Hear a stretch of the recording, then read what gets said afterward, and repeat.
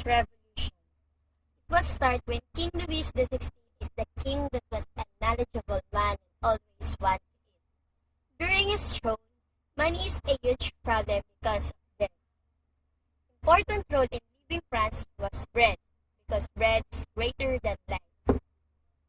During those economic depression, Queen Marie Antoinette, King Louis XVI's wife, was the epitome of economic work with custom-made dresses. There is a three estate in France: the clergy, nobility, and commoners.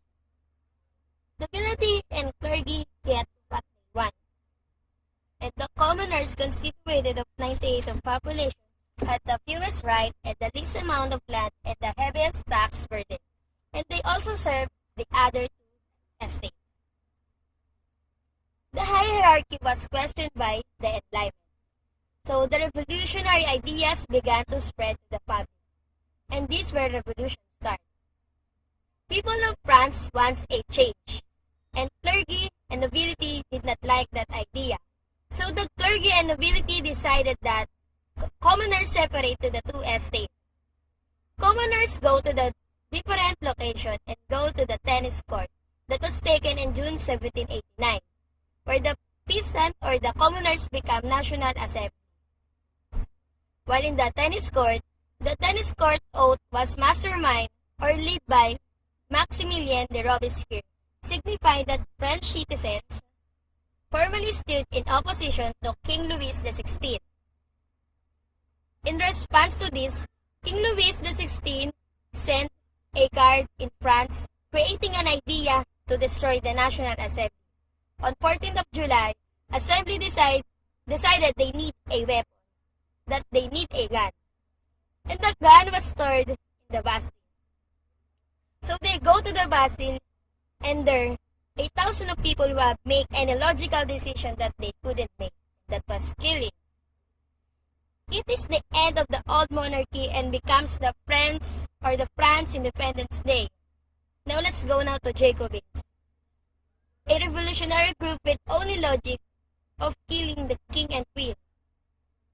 Finally, in 1791, the National Assembly created a constitution, but this was not the end of revolution under any circumstance, still going strong.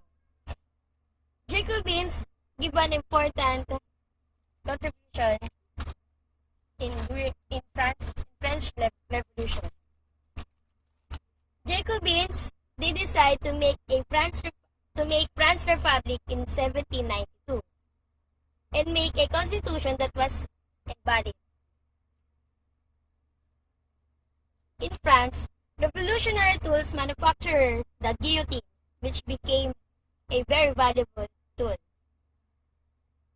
And by guillotine, in January 21, 1793, the Jacobins got their wish and the king was killed by the guillotine. Lead a new fantastic group committee of public safety, which turned out to be the opposite of public safety. So they started the Reign of Terror. This is the time where guillotine was shined. And guillotine killed, by the use of guillotine, 10,000 French people were killed. In 1799, the revolution ended when a military commander, Napoleon Bonaparte, since controlled the French legislature, eventually declaring himself an emperor. It has a crucial impact on Europe and world history and laid a foundation to a modern state governed by the people. Created using Powtoon.